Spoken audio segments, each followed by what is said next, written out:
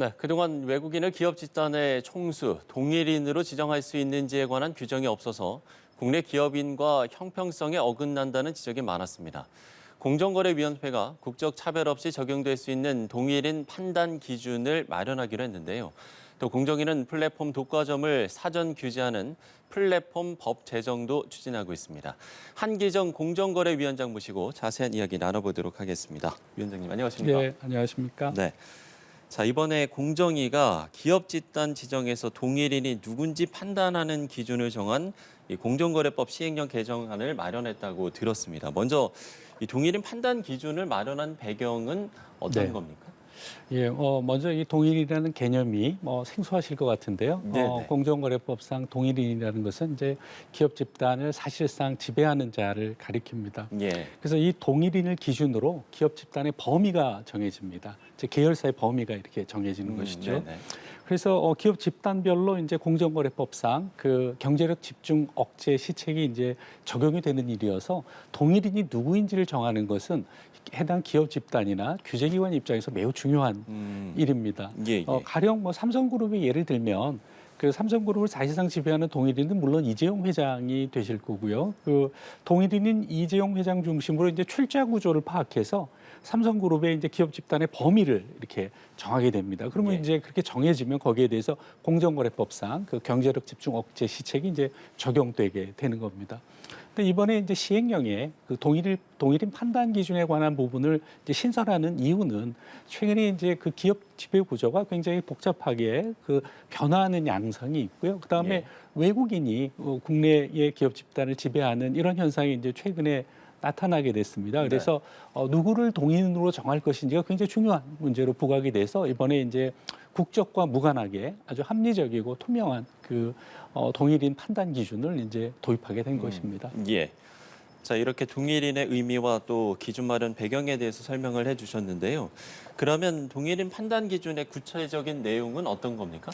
예, 저희가 이번에 동일인 판단과 관련해서는 동일인의 판단의 일반 원칙을 정하고 두 가지 예외 요건을 이제 만들었습니다. 그래서 네. 먼저 원칙을 말씀드리면 기업 집단을 지배하는 사람, 즉 우리가 기업 총수라고 부르는데요.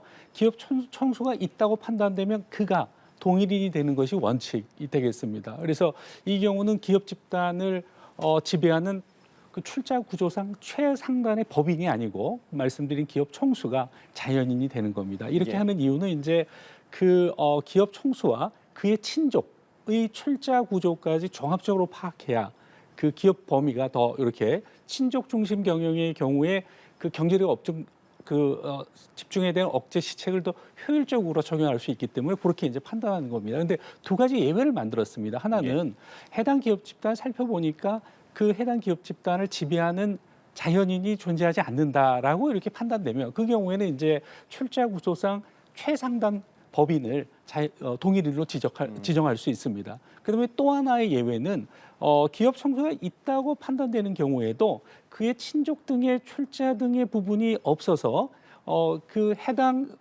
그 기업 총수를 동인으로 지정하든 아니면은 아까 말씀드린 출자 구조상 최상단 법인을 동인으로 지정하든 아무 차이가 없는 경우, 네. 이런 경우에는 해당 기업 집단이 기업 총수든 아니면은 그 최상단 법인이든 선택해서 이렇게 지정할 수 있게 저희가 이제 예외를 뒀습니다. 이번에 이거는 신설한 건데요. 이거는 이제 동일인 제도의 취지에 맞춰서 예. 규제를 합리적으로 만들기 위해서 저희가 이제 그런 예외를 이제 만들었습니다. 예. 자, 지금까지는 외국인을 동일인으로 지정할 수 있는 제도적 근거가 없었는데요. 그럼 이번 동일인 판단 기준에 따르면 이 외국인도 동일인으로 판단을 할 수 있게 되는 겁니까? 그렇습니다. 이번에 만든 그 시행령 개정안은 내 외국인 구분 없이 적용되기 때문에 네. 외국인이라 하더라도 아까 말씀드린 두 가지 요건에 해당되지 않으면 그가 동일인으로 지정될 수 있게 되는 것이고요. 반대로 또 내국인의 경우에 두 가지 그 예외 요건을 입증하게 되면 마찬가지로 그 본인이 아니고 그 출자 구조상 최상당 법인을 그 동일인으로 지정할 수 있는 길이 이제 열리게 된 것입니다. 예. 자, 이번 시행령 개정안을 마련하면서 기업 집단 규제 목적에 따라 합리적 수준으로 설정을 했다라고 설명을 해주셨는데 이 내용은 통상규범도 고려한 기준이라고 이야기를 해주셨습니다. 구체적으로 어떤 내용을 좀 검토한 겁니까? 예, 맞습니다. 통상규범을 고려했습니다. 네. 통상규범을 고려한다는 것은 일단 국적 간 차별이 없어야 된다는 부분이 하나 있고요. 그다음에 규제 취지에 따라서 그 합리적인 수준의 규제이어야 한다는 부분이 있고 또 투명하고 공정한 절차가 요구됩니다. 근데 이 동일인 제도와 관련해서 통상규범 이슈가 등장한 이유는 예. 동일인 제도가 우리나라 특유의 대규모 기업 집단의 경제력 집중에 대처하기 위한 제도여서 다른 나라에는 좀 생소한 제도이기 때문에 통상규범 문제가 이제 등장하게 된 겁니다. 그래서 저희가 이번에 시행령을 마련하면서 통상규범을 고려하기 위해서 뭐 세 가지 부분을 특별히 이제 신경을 썼습니다. 첫째, 내 외국인 구분 없이 적용되어야 한다라는 부분이 하나 있고요. 그다음에 둘째 부분은 제가 아까 말씀드린 원칙 예외를 둬서 그 합리적인 수준의 규제가 이루어질 수 있도록 저희가 시행령 개정안을 만들었는데 그건 예. 바로 이제 두 번째 요건과 관련된 부분이고요. 또 세 번째는 이제 동일인 확인 결과에 대해서 이의 제기 절차도 둠으로써 절차적으로 이제 기업 집단의 그 절차적 권리를 보호할 수 있게 이렇게 만들었습니다. 그래서 결과적으로 이 시행령 개정안은 통상 규범에 일치하는 방향으로 만들어졌다 이렇게 말씀드릴 수 있겠습니다. 예. 자, 이제 다른 이야기를 해보겠습니다. 플랫폼법 이야기인데요. 현행 공정거래법으로도 이 플랫폼 사업자들의 불공정 행위를 규제할 수 있는데 이렇게 별도로 플랫폼 공정경쟁 촉진법 입법이 필요한 이유는 어떻게 이야기를 해주시겠습니까? 예, 뭐 말씀해 주신 것처럼 공정인 지금까지 플랫폼의 반칙 행위에 대해서 현행 공정거래법을 가지고 법 집행을 이제 해왔습니다. 예, 예. 근데 그 플랫폼의 특성상 현행 공정거래법으로 법 집행을 하게 되면 그 위반행위 발생 시점과 위반행위 시점과 저희가 제재하는 시점 사이의 시차가 상당히 깁니다. 그래서 그 사이에 경쟁 사업자가 다 퇴출이 되어 버리고 이제 경쟁이 상당히 그 불량한 상태로 이제 바뀌어 버리는 거죠. 그래서 이게 결국은 약간 사후 약방문식 뒷북 제재처럼 돼서 예. 저희가 공정거래법으로 법 집행하는 데는 한계가 있다라는 걸 느낍니다. 그래서 소위 그 지연된 정의는 정의가 아니다라고 하는 것이 요 플랫폼의 반칙 행위의 경우에 잘 드러납니다. 그래서 이제 저희가 이 법을 새로이 도입하면서 그 공정거래법 한계를 보완하는 방향으로 이제 만들었습니다. 그래서 아주 소수의 거대 플랫폼을 사전에 지정하고 네. 반칙 행위를 못하게 해서 그 반칙 행위를 예방하는 효과가 하나 있고요. 그럼에도 불구하고 반칙 행위를 하면 신속하게 제재를 해서 경쟁을 빨리 회복할 수 있는 뭐 그런 내용으로 저희가 이 법 내용을 구성을 했습니다. 예. 그럼 플랫폼 공정경제촉진법이 제정이 되면 플랫폼 시장에는 어떤 좀 변화가 예상이 되십니까?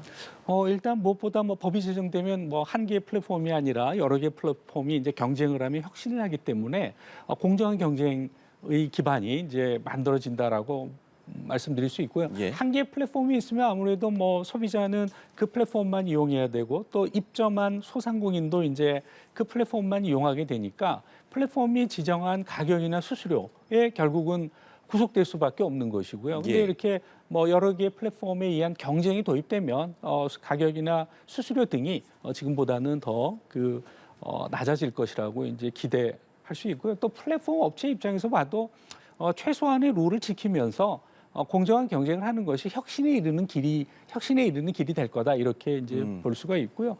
또 이 법은 뭐 그간의 법 집행 경험에 비춰볼 때 용납하기 어려운 그 대표적인 반칙 행위를 최소한으로 정해 놓은 겁니다. 그래서 예를 들면 뭐 멤버십 혜택이라든가 뭐 무료 웹툰이라든가 소비자에게 이익이 되는 행위는 이 법에 의해서 규제되지 않습니다. 예.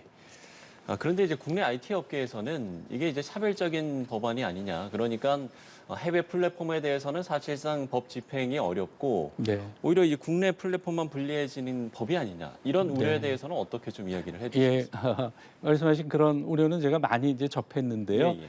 먼저 이제 플랫폼 시장이 기본 원칙을 세워서 최소한의 규율을 통해서 시장의 공정한 경쟁 환경이 만들어지면 아마 모든 플랫폼들에게 그 유리한 환경이 될 거라고 생각이 되고요. 해외 플랫폼의 경우가 뭐 국내에 들어와서 예를 들면 반칙 행위를 하는 경우에 그것이 방치된다면 분명히 경쟁과 혁신은 깨질 겁니다. 네. 당연히 저희 지금 추진한 플랫폼 공정 경쟁 촉진법은 내외 그 사업자 구분 없이 외국 해외 사업자에 대해서도 적용되는 것을 당연히 전제하고 있고요. 법 집행과 관련해서도 저희가 해외 사업자가 국내 시장에서 반칙행위한 거에 대해서 저희가 조사해서 제재를 한 사례가 굉장히 많이 있습니다. 뭐 구글, 퀄컴, 브로드컴 등 뭐 해외 유수 사업자에 대해서 저희가 법 집행을 한 경험이 있어서 말씀하신 부분은 뭐 걱정하지 않으셔도 된다 이렇게 이제 생각하고 있습니다. 예. 자, 이 플랫폼 공정경제촉진법을 관계부처 또 국회와 협의를 거쳐 제정하시겠다라고 발표를 하셨는데 구체적으로 어떻게 추진하고 계신지 또 언제쯤 법안이 발의될 것인지도 끝으로 이야기를 해주시죠. 예, 그 법안 발의 관련해서는 저희가 이제 관계부처 그다음에 국회와 뭐 긴밀히 협의를 하고 있습니다. 그래서 언제 발의 시점이 언제인지 지금 뭐 확정적으로 말씀드리기는 어려울 것 같고요. 네네. 저희가 최대한 신속하게 추진을 해서 가급적 빨리 발의될 수 있도록 노력할 계획입니다. 21대 국회 내에서도 뭐 발의를 위해서 저희가 최대한 노력할 그런 계획을 갖고 있습니다. 예, 알겠습니다. 자, 지금까지 한기정 공정거래위원장 모시고 이야기 나눠봤습니다. 오늘 말씀 고맙습니다. 예,